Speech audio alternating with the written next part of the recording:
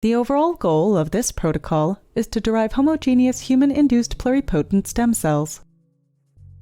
This method can be used to derive human-induced pluripotent stem cells for many purposes, including disease modeling, drug screening, or to derive cells for preclinical cell therapy trials.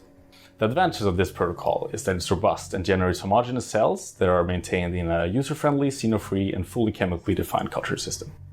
Since human iPS cells recapitulate the genetic background of the donor tissue and can potentially be differentiated into any disease-relevant cell type, they provide excellent tools for disease modeling. The biopsy, dissection, and colony picking are intricate procedures. Seeing them performed with experienced hands assists in the understanding of the procedures and makes it easier to repeat. Demonstrating the procedure today will be Harriet Rönnholm and Kele, two highly experienced laboratory technicians from the iPS core facility at Karolinska Institutet.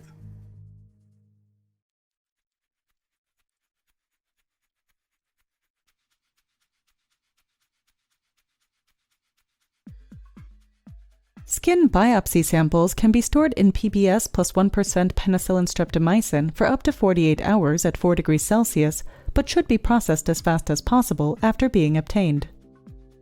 Transfer the biopsy to a 35 mm dish. Submerge the skin biopsy in a 35 mm dish with 2 ml of 70% ethanol for 30 seconds. Add 1 milliliter of sterile Hanks balanced salt solution supplemented with 1% penicillin streptomycin to a new 35 mm dish and transfer the biopsy to the new dish.